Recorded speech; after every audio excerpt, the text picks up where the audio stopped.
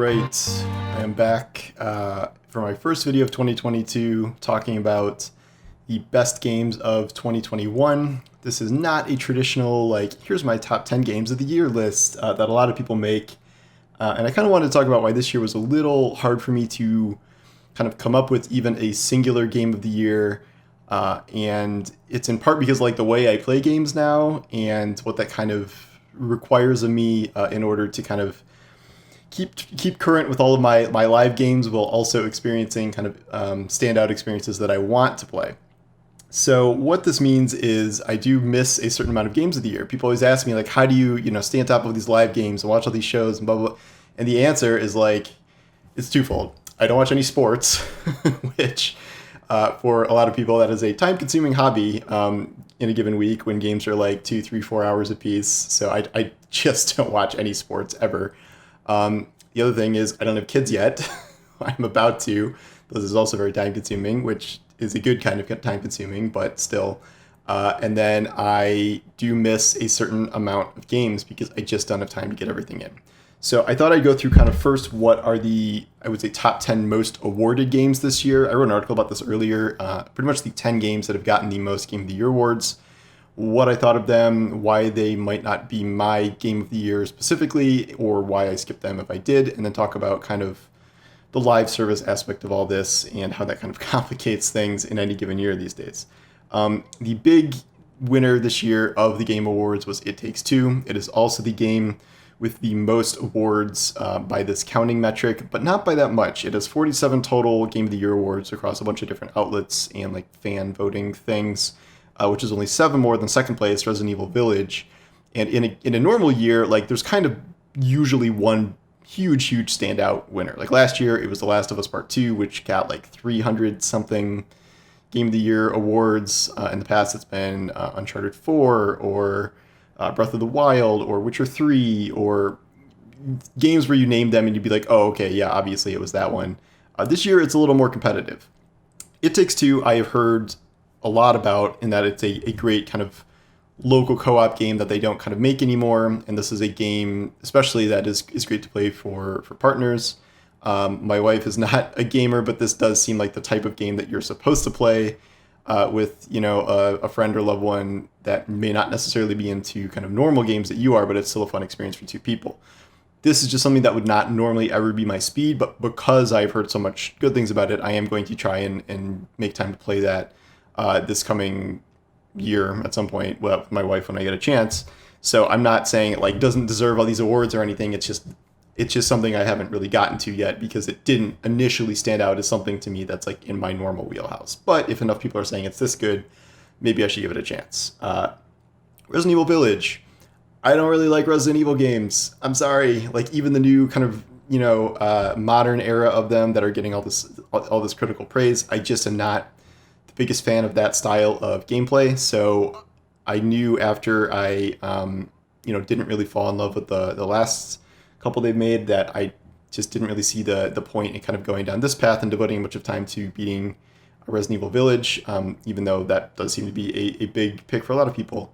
I did play Deathloop, which is number 3, and that was an interesting game because I'm a big fan of, Arcane and the Dishonored series, but I don't know if I like this as much as Dishonored, and the whole loop thing kind of got to the point where, like, okay, I played as long enough where I'm like, okay, I figured out, like, the best way to kill everyone, and then the point of the game is you're supposed to execute these plans kind of all in one day to kill everyone and, like, break the loop based on the information you've learned. But, like, by the time I got to that point, I was just kind of so exhausted with the trial and error concept that I'm like, I don't even know if I care to do this, so I never beat it. I just put it down. Like, the voice work is really good, but the story was not compelling enough to kind of draw me forward there. And it's just something that did not kind of motivate me to fully see it through, which is kind of unusual for me, although I'm doing that with more games lately than not, and not being like Mr. 100% everything all the time. That plays into the next game, Forza Horizon 5. Unequivocally, Forza Horizon 5 is a fantastic game. Visually gorgeous, just stunning, feels great to play as a racer. I think I got maybe, 30, 40, 50% of the way through it before I was just like, okay, like that's enough. Like, it was good. It was just that there wasn't really a compelling reason to go through the entire story campaign because it has like some truly terrible like voice work and voice acting, and like the storyline is just nonsense. It's essentially nothing. Oh, hello, Evie. Um, so that didn't really compel me, and like by that point, I had amassed like pretty much any car I had wanted, including getting just randomly amazing cars for their like wheel spin system. I know that's like some form of microtransaction, but like I never felt like I needed to spend any money. I had just ridiculously, a huge garage of cars, like anything I could have ever wanted, any car that had some sort of special meaning to me. Like, my dad had a Mustang, so I bought the Mustang and souped it up. Like, I'd finished all that essentially, so I just didn't see a reason to keep going because I don't really care about like becoming, the best Forza racer. So I'm like, all right, I got a sense of this game. I put 20, 25 hours into it or whatever. Like, that was good enough for me. But for me personally, that would not be like my game of the year just based on that alone. It's like probably personal bias of like racers are fine. It's just not something I am, super, super into, but I recognize that this is a great racing game. Metroid Dread, did not play that. I have not played a Switch game in an exceedingly long time. I am just really not Nintendo's core audience these days. And it's hard to know what's really going to kind of draw me back to Nintendo anytime soon. I just keep diverging from them in ways where it's hard for me to like. I get how popular those Switch is. I get how good Nintendo is still doing. It's just nothing about kind of the directions they've been going in really appeals to me. The next time I'll probably play something on Nintendo is Breath of the Wild 2. But besides that, I'm just not a Nintendo person really at all these days. Then comes Halo Infinite, which was too late. This and Forza were, well, Forza like squeaked in there, but Halo Infinite was too late to be considered for the Game Awards this year because of their weird December cutoff time. This is a really, like, I understand why a lot of people are giving this Game of the Year. I think IGN gave this Game of the Year, and I get it, but it's so weird because it's two separate games. It is the campaign and it is multiplayer. I think what they've done with multiplayer is utterly fantastic. The actual gameplay of multiplayer and the experience of playing it is probably 9.5, 10 out of 10 experience. The way they have monetized multiplayer and tried to implement season passes and microtransactions is like a 2 out of 10. But then there's also the campaign, which is kind of separate from all of that. And even though you're sharing, game mechanics, it has nothing to do with multiplayer. It was released at a different time. It is a different price. Like, it is totally, totally different. I played through the Halo Infinite campaign twice. The first time I reviewed it, I was one of the lower campaign scores. I think I gave it a 7.5 out of 10 just for the campaign. And I found myself kind of against the grain. I agree with most people who said that gameplay in that game was really fun, and like the sandbox of kind of the open world was a good time, and Master Chief kind of zipping around his thing and throwing explosive barrels and things was a lot of fun. I was disappointed by many aspects of the campaign, including I don't think they properly utilized the open world to kind of its full potential. Trying to navigate around the open world with vehicles is a freaking nightmare. Launching without co-op is a terrible idea. Having the game have this entire map on screen and then having the final third of the map just completely inaccessible outside of story missions was bad. Teasing the endless the entire game only to not have them in the game at all was bad. And then I just did not really like the supporting characters. I thought the pilot is one of the worst story characters in a game I've seen in a very long time. And then the weapon grew on me a little bit in the second playthrough. And I don't even remember his name, the big boss brute in the end, they grew on me a little bit, but I really didn't like the structure of this campaign where it seemed like we skipped over a bunch of really important things, like Cortana almost destroying the galaxy or Earth or like all of this stuff. Like, and then we were this just felt like either like a prologue to a new Halo or an epilogue for the last Halo, where it's like, it didn't feel like its own important story, I would say. So that was why I kind of pushed back on that, and why I personally didn't like the campaign outside of the gameplay, because the gameplay itself I thought was excellent. Returnal, that was a game that, Sony's like never given me a code for a game since, I don't know, God of War, so that I had to make the decision of like, do I want to spend $70 on Returnal, a game that is not really my speed. I'm not a big roguelike person outside of like Hades, and Hades is like the roguelike for people who hate roguelikes, so that doesn't count. I heard all these kind of horror stories at launch about like how you could get so many hours deep into a run and like lose everything, and that just sounded exhausting to me. I think they added checkpoints or something later, but at the time that just didn't seem like an appealing game for me personally, so I skipped it, and I don't really plan on going back to it, but I recognize that it is a good game in that genre for people who like that kind of thing. Ratchet and Clank Rift Apart, that is one game I did go out of my way to make sure I played, even though that is not normally my speed. I've never played a Ratchet and Clank game before, but I very much enjoyed it. I thought it was a really fun, kind of upbeat, lighthearted game, which is certainly a far cry from my usual. I thought it was a fantastic tech showcase for the PS5. The level switching thing they did with the SSD was still one of the coolest next-gen things I've seen. It's just that I finished that game, and I don't think I've thought about it once since I finished it. It just didn't really leave an impression on me to the point where, like, if we were thinking about Game of the Year lists, I'm like, oh yeah, that's probably like top 5 or something. It's just, it wasn't a standout to me in a way that kind of made a lasting impression. Psychonauts 2, I did not play. I don't really have a good reason for that. I just didn't play it. That's one of those games that kind of got lost in the shuffle. And then we will end on Marvel's Guardians of the Galaxy, which, the more I've thought about this video, the more I think that if I was giving a traditional Game of the Year award to just one thing based on like a new, not live thing that came out this year that I played and enjoyed, it would be Marvel's Guardians of the Galaxy.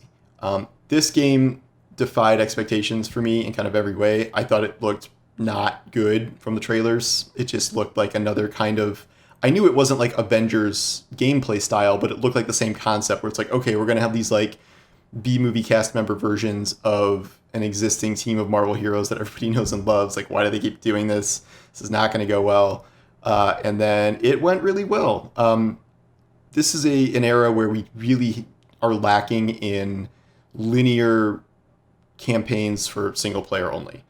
There are very, very few of these. If we have them, they're either like roguelikes, like just some of the things I mentioned, or everything is kind of integrating some level of an open world. Even, Halo used to be one of the best linear, campaigns in existence, and even that has gone, semi-open world now at least. This is not open world at all. You might go back to some of the same areas, but if you do, you come back and everything is totally changed, and there's no the real exploration is like, okay, let's go to this secret path and get a secret item, as opposed to like, we're exploring this big open world. But what Guardians of the Galaxy did to me that stood out the most, that still sticks with me, unlike many of these other games, is what it did with storytelling.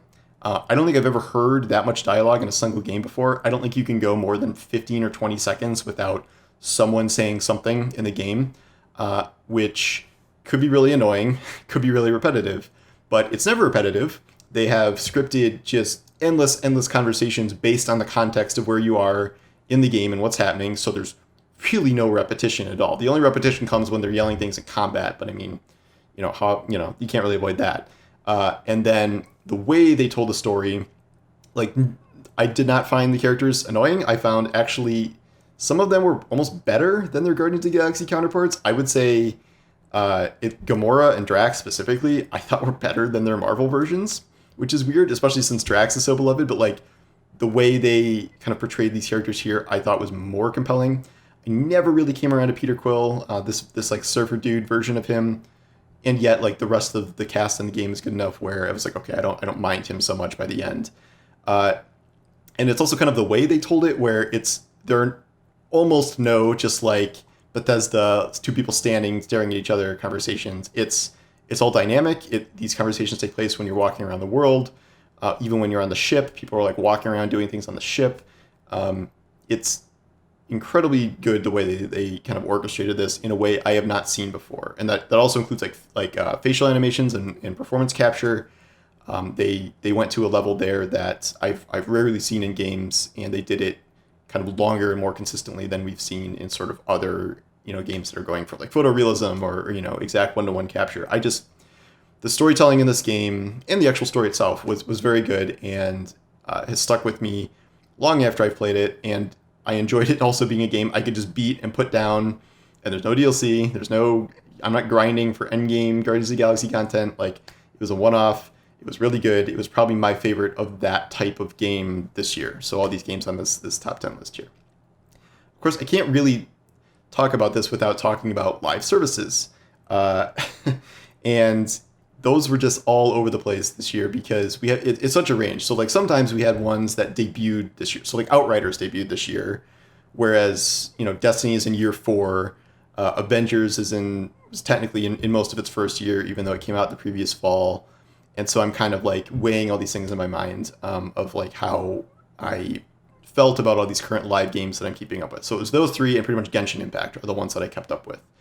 I have said repeatedly that I think Destiny 2021 was its best year to date, even though it did not have a main expansion. I think they did a phenomenal job with seasonal story content, with the sandbox, with weapons, with perks, with builds, with storytelling, with NPCs, with pretty much everything. It wasn't perfect, but like in total, I think the new direction they took seasonal content in Destiny was fantastic. And I think if we're doing the other side of the coin, a live service game of the year that didn't necessarily come out this year, obviously my pick is probably going to be Destiny 2. I think, that might be like an oh duh moment for me, the Destiny 2 content creator, journalist, or whatever. But like more so than ever, I think that this year was just phenomenal for Destiny. And I've already extolled its virtues in different videos and different posts and things, so you kind of know my arguments there. But this is why it's split. So like, do I give it, if I do one game of the year, am I giving it to Destiny 2? Am I giving it to Guardians? Like, I don't know. So I'm not doing it. I'm just telling you that out of these specific types of games, these are the ones I like the most. I was probably the most impressed, unexpectedly impressed by Outriders. It's a really good game. It's just, I know it had a massive amount of technical problems at launch, balance problems, a whole bunch of things, but this is a game that fundamentally understands what makes a good looter. And it has done that by pretty much stealing all of its ideas from Diablo 2 and Diablo 3 mainly. But that's like a good thing. And there's a reason those games are so good and why you want to rip off of them. I think they understand kind of what makes Diablo work better than any other game kind of competing in this genre, even Destiny to a certain extent. Destiny might kind of be a larger game and have more to do and kind of evolve past Diablo in many ways. But Outriders is a game you can pretty easily play, single player only. You can farm for very specific builds. There's a very clear kind of path through the campaign into the end game, and then it is kind of settled and been patched to a coherent end game that is a lot of fun to grind, like and setting up all these kind of pretty unique builds that make you feel like really overpowered, but like also like you've earned your way into unlocking stuff there. I also really like the base story campaign more than I thought I would. I'm a big sci-fi person, and I thought it was a genuinely good sci-fi story. I liked our kind of superhero lead character who like couldn't be bothered with everything going on, and like the tone of the game just like really worked for me in a way I wasn't really expecting it to. And I am very, they didn't add any new content really. They added a couple expeditions at the end of the year, but it's mostly just been solely focused on quality of life improvements. And then they're doing some sort of large DLC this year. The exact opposite of this has been Avengers. This is a game that I have been keeping up with every new content release. In the past year, had 4 heroes: Kate Bishop, Clint, Black Panther, and Spider-Man for PlayStation, including the giant Black Panther expansion. This is a game that does not understand what makes a looter work. I very much enjoy their character kits. I think they are very fun to level up and play as, and I think they do a good job designing them. Spider-Man was a little iffy by the end there. He struggles because you always have to compare him to Insomniac Spider-Man, and he's just not as good as that, but I thought they did a very solid job with that. But this is a game that I do not feel kind of compelled to go back to and kind of farm the endgame for, because the farming loop, the gear loop, like none of it still works for me, and there have not been enough meaningful changes in that direction to make me kind of commit to this in a way that I would commit to Outriders or Destiny. I'm keeping up with it, but it got to the point where like I kept like every little bit I'd fall a little further behind. Like I maxed Kate Bishop immediately. Hawkeye took longer to max. Black Panther I took even longer to max, and then Spider-Man I didn't max. He's not even level 50. I just sort of put him down because I'm like, I don't really feel like grinding hives anymore. I don't. I've been doing this for a year. And that led to me, like, I never even ended up doing the raid, which I hear the raid is good. It's just that this is a game that does not have really any meaningful LFG services, so I'll be soliciting people on Twitter to run it. It does not have drop-in join in progress, so if someone drops or if you match made a team and someone leaves, you are just screwed because you're not going to beat that raid with a team of 3 people that aren't like top of the line perfect players. So it's in a very weird state where I know 2022 content is coming. She-Hulk is supposed to be the next hero, I think, but this has not been a game that has evolved in ways that are solid enough for me to say it's doing better than any of these other live games. And I guess the last one briefly, Genshin Impact. I think Genshin Impact has done a great job of putting out large substantive content. Genshin Impact is just always in a weird spot where the grind is just so artificial and weird. Like, I have a team of, I don't know, 6 level 90s. Like, I don't know why I'd ever need another level 90. And so pretty much the only motivation is like you come in, you do these like really pretty short story quests that you can be, per patch be done in a very short amount of time with any team of any level, really, because they're not, difficulty gated. And then if they have a new hero that you want to play gacha gambling for, you can. But the longer I play, the less I care. Like, what's the point of adding another level 90 5-star, cryo person to my team? Like, do I need to do that? It's just like, can you resist like how cool this character looks? So I think Genshin's done a good job of expanding its world and adding content, but it doesn't really work as like a long-term grind kind of game in a way that feels rewarding to me. So I'm back to it. I'm just doing like the bare minimum, and it's taking me like, I don't know, 3 days to catch up on like 3 months of missed content because it's just not that, you can skip so much non-essential stuff for if you don't care about like the grind and the materials and stuff, which the game doesn't really give you a reason to care about that. So in the end, it's been a very strange year without maybe clear standouts in a way that we're kind of traditionally used to. I'm not saying this is a bad year. It's just kind of a different year. And then obviously a certain amount of things were delayed out of this year to next year.